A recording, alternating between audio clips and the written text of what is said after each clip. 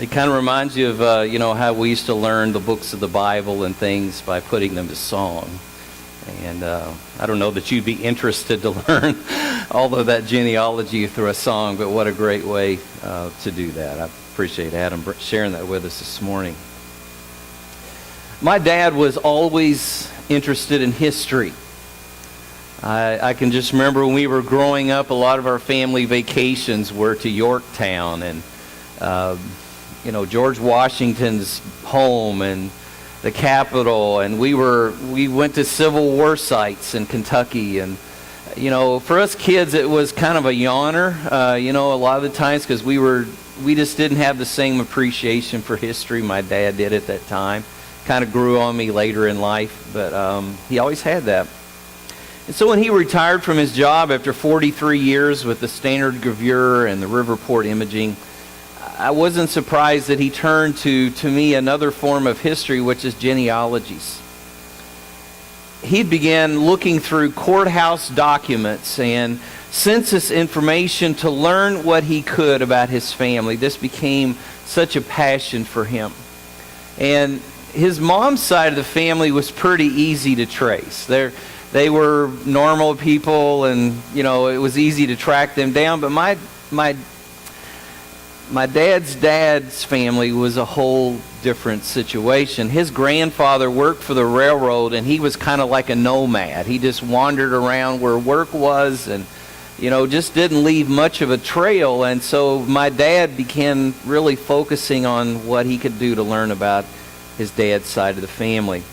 Eventually, he became a monthly subscriber to Ancestry.com, which provided information from the searches of other people who were also on there, and it also gave him a place to save electronically what he was finding out. He also learned some of the things he found out weren't connected to his family, even though some of the names were the same. He began phoning relatives in Ohio and Tennessee to try to learn and work things out where he could learn from them. Whenever he and my Uncle Bill, his oldest brother, would acquire a lead on some new information, they would become like private investigators. They would travel to courthouses in these little towns of Kentucky because they got a lead that maybe he was over there working on the railroad, and they would go scour through the records, and they would wander through countless cemeteries in these little towns just trying to find names and if they fit the right dates. And it was just, they had a lot of fun. My dad loved to talk to people about their families. It wasn't unusual when he and I were out together and he'd run across somebody, and if we had a little minute to talk, he was always asking them about their family. And he would start kind of learning what he could, and then what he liked to do was to go home on Ancestry.com and try to see what he could find out for them. I know he did this with Charlene. I can remember that conversation quite well. But he just loved to do that. And I thought his goal was to find something really helpful about someone's family that they probably didn't know. And then he could come to him and say, hey, guess what I learned about your family? You're related to Abraham Lincoln or something. Something really cool. What I never really heard him say is, what if he learned something that was unsavory about that person? I knowing my dad, I assumed he just sat on it and didn't really bring that up. But it kind of reminded me of that story that I heard years ago about this family that wanted to give their father a very unique 65th anniversary present. And so they decided that they would go hire this researcher to dig through the ancestry of the family and come up with this nice little booklet that they could give to their dad for his 65th birthday. And they thought he would just enjoy reading about his family and all the things that had gone on in the family. And after a few days, the researcher calls back and he says, I've learned some things I don't really know if you should put in the book. And they're like, well, what did you learn? I learned your dad's Uncle Harry went to prison. And he was sentenced to die in an electric chair. And I really don't know if you really want me to put that in there. And they said, well, we paid you some good money. I mean, can't you think of some way to maybe hide that a little bit, or maybe say it a little bit differently? Can you do something with that? And so the guy said, well, I'll see what I can do. And he called back later and he said, well, how about this? Tell me what you think. Uncle Harry occupied a chair of applied electricity at one of our important government institutions. He was attached to his position by the strongest of ties, and his death came as a real shock. Now, I don't know if that story's true or not, but I enjoy the humor in it. You know, the Jewish people felt that family ties were quite significant. It was tied into the fabric of life to know who you were born from. That you could actually trace back through your ancestry, and you knew you were a full Jew. You knew you were a priest family. You knew your family had been significant leaders in the community for X number of years. I mean, it affected so many things about their lives to be able to do this. And so it would not be unusual for the story of Jesus, written primarily to the Jewish people, to begin with a genealogy. Ancient historians were often paid by an important person to write their history. They wanted to be remembered, and so they would pay someone to write their history. And if they were a significant leader, it probably became a history of a group of people. But because these historians were paid, they really hesitated to put something within that history that was a downer. It was a negative. And so you find when you begin to read through those that everything has an extremely positive slant. You know, if you were paying somebody to write something about you, wouldn't you want them to write all the good stuff about your life? You wouldn't want them to say, hey, how about this here? No, I cut that out. You know, you won't get paid for this if you put that in there. And so we find in some of those histories that there were some gaps. You know, you'd be reading about someone's life up to such and such date, and then there's this gap of 8 years or something, and you're kind of like, huh? And there were gaps because there were sections in these guys' life that didn't turn out so well. There were, maybe if they were a general or something, that there were some defeats, and they wanted the defeats left out, obviously. You know, that wasn't something that really smiled on them. Or maybe they committed crimes or something, someone in their family had done so that was very close to them. Or maybe their children didn't turn out so great, and so those children were left out. But, you know, favorable events. If there were military victories, if there were some successes in government or in the growth of a people or something, those things would be there, but they would be grossly exaggerated. But you know, when we come to the story of Jesus, the opposite is what we find. You know, Matthew clearly lists Jesus' ancestors. But he even highlights the people in the story that we would be most prone to skip. You know, probably a lot of us have people in our families that we don't talk about. Or there's never anything good about them if their name's brought up. They ruined their lives. They created such brokenness in the family, and sometimes it's just really hard to talk about those people. And so we know that happens. But you know, Matthew includes those people intentionally in Jesus' story. People that we might be very suspicious of, that we might not want in our family history or our life story. But God never minded linking himself with people that we would be suspicious of. In Matthew chapter 1, 1 and 2, I'm sorry we don't have Adam up here to sing through these couple of verses for us, but he already did that. But Matthew writes, a record of the genealogy of Jesus Christ, the son of David, the son of Abraham. Abraham was the father of Isaac, Isaac the father of Jacob, Jacob the father of Judah and his brothers. Judah and his brothers.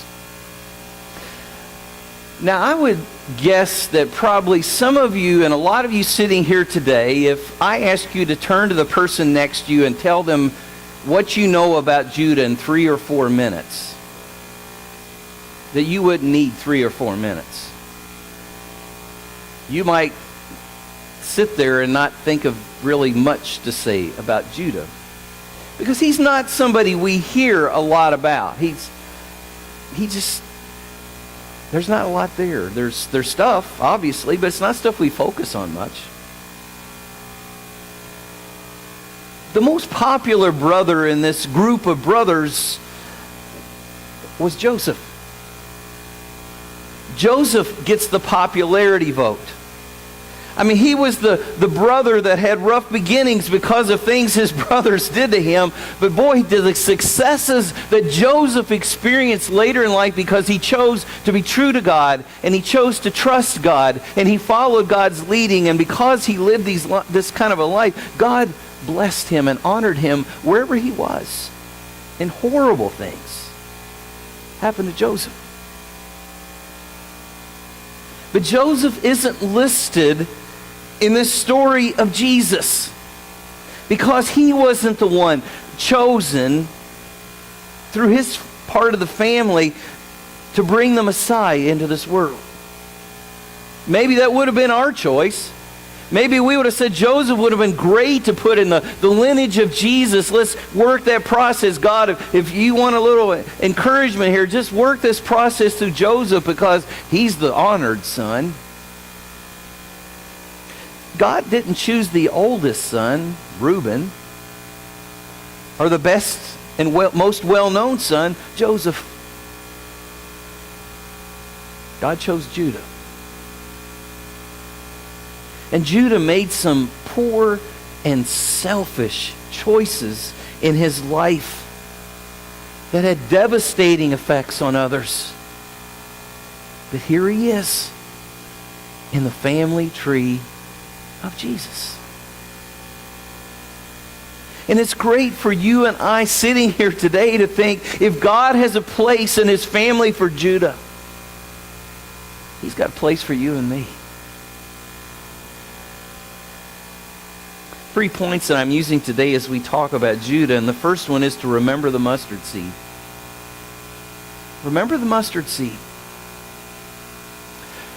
To learn about Judah, we have to go back into the Old Testament and begin to look at some things about his life, and we find his story beginning in Genesis chapter 37. We begin reading in verse 2. This is the account of Jacob. Joseph, a man of 17, was tending the flocks with his brothers, the sons of Bilhah and the sons of Zilpah, his father's wives, and he brought their father a bad report about them. Now Israel loved Joseph more than any of his other sons because he had been born to him in his old age. And he made a richly ornamented robe for him. When his brothers saw that their father loved him more than any of them, they hated him and could not speak a kind word to him. Joseph had a dream, and when he told it to his brothers, they hated him all the more. He said to them, "Listen to this dream I had. We were binding sheaves of grain out in the field when suddenly my sheaf rose and stood upright, while your sheaves gathered around mine and bowed down to it." His brothers said to him, "Do you intend to reign over us? Will you actually rule us?" And they hated him all the more because of his dream and what he had said. Now obviously Judah was one of these brothers, and his feelings about his brother Joseph moved through several stages of intensity along with his other brothers. I think at first they were mildly irritated at this younger brother who got more than they did at his age. Some of you that grew up as older siblings in your family probably realized how strict some things were for you growing up, but it seemed like that third child or that fourth child just seemed to get by with a whole lot more than you did. How many of you are the oldest children in your family? How many of you are the youngest child in your family? No, we got some of those too. Okay. So we've got the extremes here probably, and maybe that scenario was a part of your family as well. I'm the oldest child as well in my family, and I always thought my sister got away with everything. Daddy's little girl. Boy, we just had some go-rounds about that. But here they are. I think they're just mildly irritated at first because, maybe Judah and his brothers got the harsh words from Dad about what they did or they didn't do, and that just seemed to be what they heard every day. And then he turned to speak to Joseph.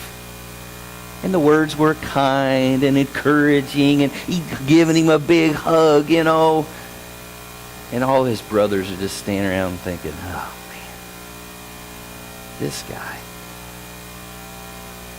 But then Joseph ratted on his brothers. It's right there in the text. I mean, didn't you love those younger brothers and sisters who were tattletales? They so quick to run to mom and dad and tell them what you did wrong. Didn't you just love them for that? And Joseph does this, and we don't know if he did it on his own initiative or his dad said, hey, I've been hearing some stories about your brothers. Can you kind of go out and let me know later today what you're seeing out there in the field? We don't really know what happened there, but it kind of set up with Joseph and his brothers and us against him scenario. And I think that irritation that was kind of running under the surface, all of a sudden there's some deep wedges kind of starting to show up in the relationship between Joseph and his brothers, and certainly Judah is part of that. And then the dreams came. And this hatred grew more and more intense. And Jacob made no secret about who his favorite son was. It was only one of them that got that nice, colorful, really expensive robe to wear. And I think wedges became open hatred, and there were no kind words spoken. I think anger can be a lot like a mustard seed. Jesus was teaching about the kingdom of God, and he was trying to tell his disciples about how there is so much potential in even the smallest deed done in his name. And this kingdom that he was planting seeds for was going to grow into something massive and world-changing. And he's trying to illustrate that through something that they understood very well, a very small mustard seed. We find in Mark chapter 4, verse 31, him saying to his disciples about the kingdom, it is like a mustard seed, which is the smallest seed you plant in the ground, yet when planted, it grows and becomes the largest of all garden plants, with such big branches that the birds of the air can perch in its shade. Anger, like a mustard seed, can seem so small in the beginning. Oh, it was just a little offense. Oh, I'll get over it. Oh, they didn't mean to say that. Oh, that really hurt me, but I'll get over it. And it's so easy to take these offenses and the things that you imagine and the things that others share and things that people say and they're not very thoughtful. And all of a sudden you find this little undertow can start growing, because then you hear, oh, they said that too. Oh, they did that. And pretty soon you find this just elevating. And anger can be so small in the beginning, but can grow into ugly proportions when it is left unchecked. And here we find Judah, when he got the opportunity to do something about this intense anger that he is harboring, he does something that seems unthinkable. In Genesis chapter 37, verse 23, so when Joseph came to his brothers, they stripped him of his robe, the richly ornamented robe he was wearing, and they took him and threw him into the cistern. Now the cistern was empty. There was no water in it. As they sat down to eat their meal, they looked up and saw a caravan of Ishmaelites coming from Gilead.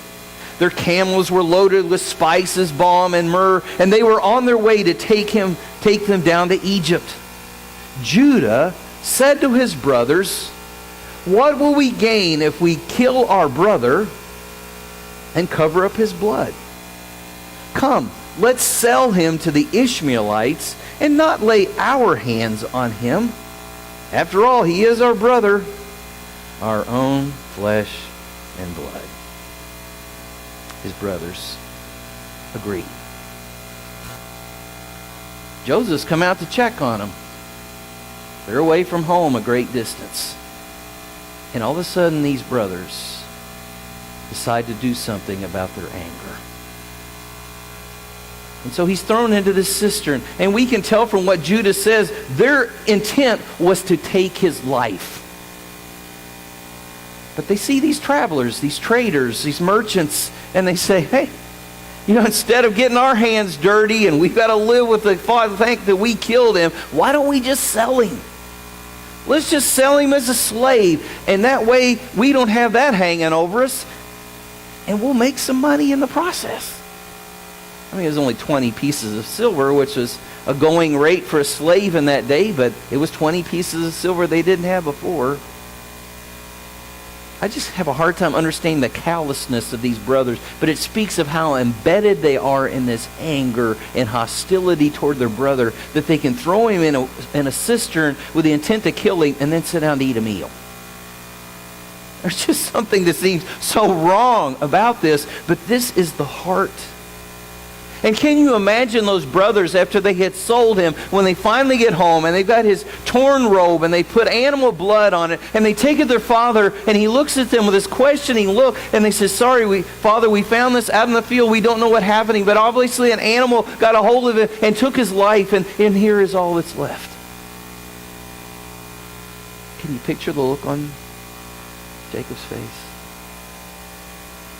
as he fell to the ground in anguish and sorrow and cried and screamed?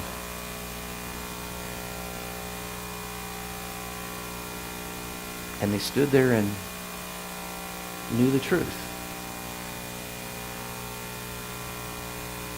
Can you imagine watching your father suffer like that?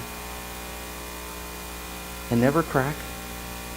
Never telling what really happened? How did he watch his dad suffer day after day after day for over 20 years and live with the deep, dark secret of what really happened? Secondly, this morning, choose carefully the paths you travel. Choose carefully the paths you travel. Judah's story after this only gets worse. He makes a very bad decision to go against God's will for his people. And instead of remaining with his brother and marrying a Jewish woman as his wife and growing up and raising a family in the general circle of his family's property and land, Judah decides to follow his uncle Esau's example. And he marries a non-Jew, a woman of Canaan. Judah and his wife went on to have 3 sons, Onan, and Shelah. And the oldest son, married a woman by the name of Tamar. But died sometime not too long after that because he had done so much evil before God that God took his life. And we're not told exactly what he did, but it had to be something absolutely horrible. And Onan, who was the second son, was bound by ancient custom to take Tamar as his wife, and the first child that would be born to their union would carry on the family lineage of Onan's older brother. But Onan refused to impregnate Tamar, and because of his evil, God took his life. And so we're now down to Judah, who realizes he has a third son who's really not quite old enough to get married yet, and he kind of lets her know that if she will just go home to her father and stay, that he let her know when Shelah was old enough to be her husband. I really don't know what Judah thought about all this, but it wouldn't surprise me if he had thought, well, this woman's been married to my first son and he died, and then she married my second son and he died, and I don't know about that third son. That seems kind of stupid to me. I don't know that he thought something like that, but it could have crossed his brain. But Tamar ends up waiting for a couple of years. Shelah had gotten older. He was old enough to marry. And she sees that Judah isn't going to keep his promise. So she decides to take things into her own hands. She goes out to where he's been shearing sheep in a little town called Timnah. And she dressed up as a prostitute. Put a veil over her face so he could not tell who she was. And he sees her, and he offers a goat for her services. And he doesn't have the goat with him at the moment, so she takes some security. She asked for his seal and ring, which usually was worn on a cord around the neck, and she asked for his staff as a pledge that he would send the goat later, and Judah agreed. And when he got home, he quickly gathered up the goat, sent a slave to take a messenger to take this goat to that prostitute that was outside of Timnah. And when that servant got there was no Tamar. In fact, no one really knew who Tamar was. There wasn't usually a prostitute that sat out there. So this servant took the goat home, told Judah what happened, and he just kind of forgot about it. Tamar, meanwhile, had returned home and put her widow's clothing back on. And 3 months later, it was reported to Judah that his daughter-in-law was now pregnant. And he is incensed. And he does what every guilty person does. He overreacts to the sins of others. And he says she must be burned alive for what she has done. And as they're leading her out to be burned, she sends words to Judah, "I'm with child by the man to whom these things belong." Do you recognize any of this stuff? And guess what? Judah knows they're his. And he stops the execution. And he says, she's more righteous than me. I didn't keep my word and marry her to my third son. And she gave birth to twin boys, and Perez was the first son. And he is part of Jesus' genealogy.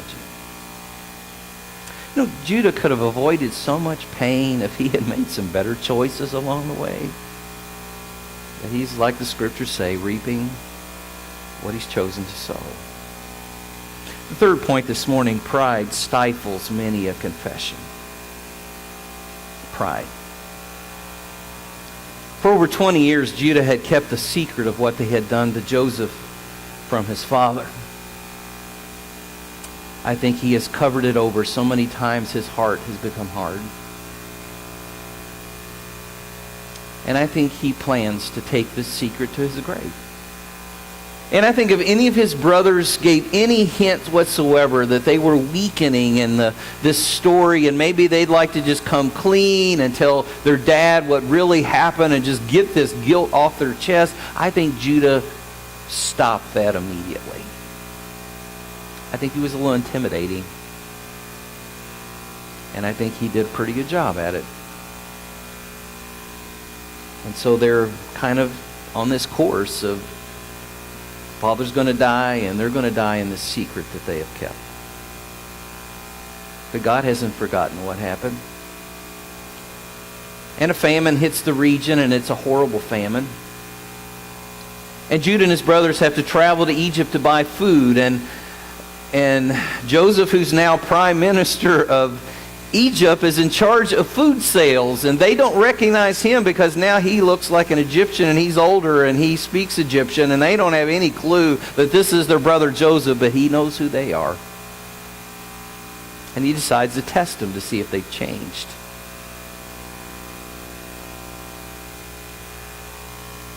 And on their second trip back, they had to bring Benjamin, which their father didn't want them to bring, worried about his safety. But they had to bring Benjamin anyway. Thought someone they could get food.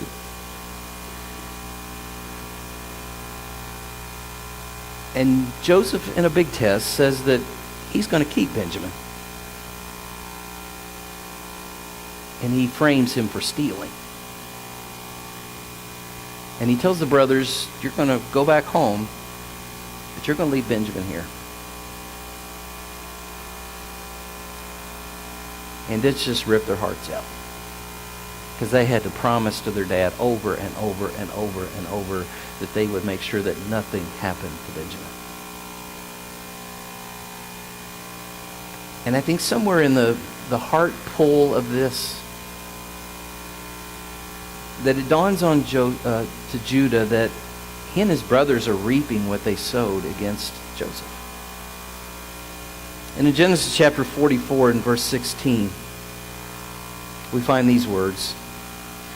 What can we say to my Lord? Judah replied. What can we say? How can we prove our innocence? God has uncovered your servant's guilt.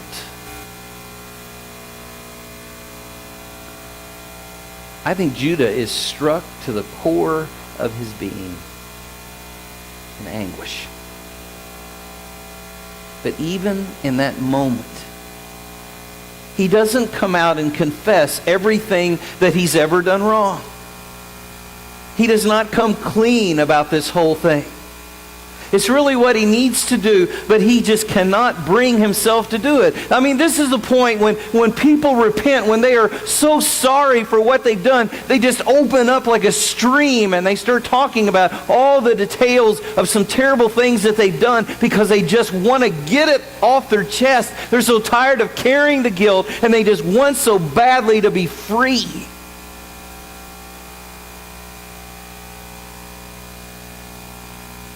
But Judah has pushed the hurt back so many times. Seeing his father grieve for years, he just kept swallowing it and telling himself, stick to the story, stick to the story, stick to the story. But it's hurt him deeply inside. You cannot carry guilt and not be scarred and torn and cut on the inside of your being. And Judah has done it, and they have all done it.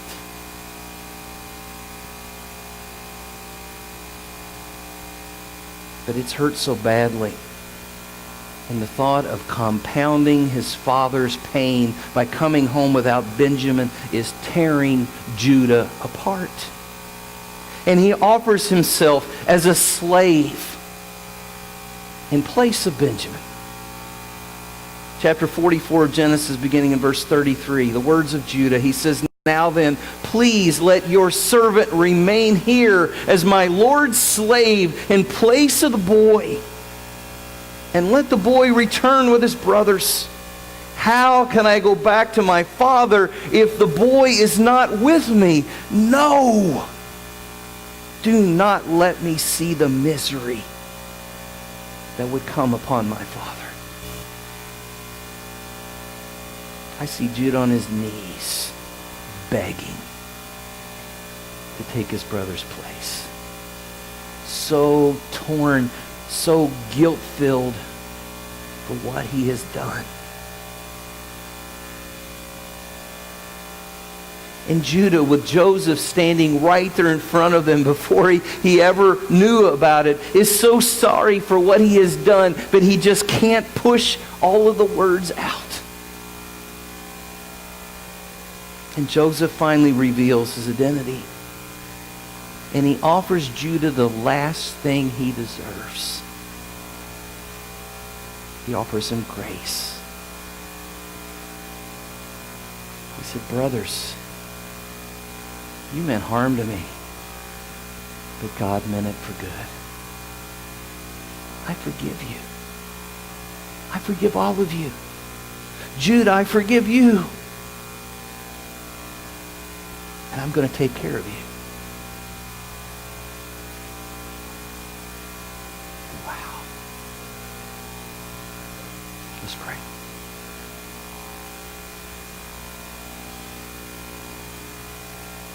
Father, the story of deep, dark secrets and guilt, the ripping up of our souls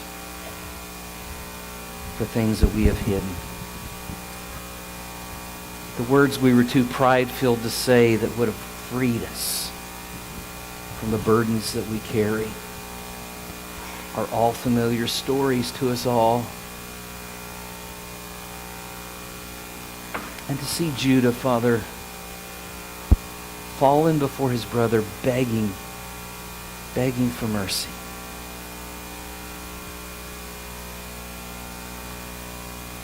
And Father, to see Joseph offer him grace for all that he had done.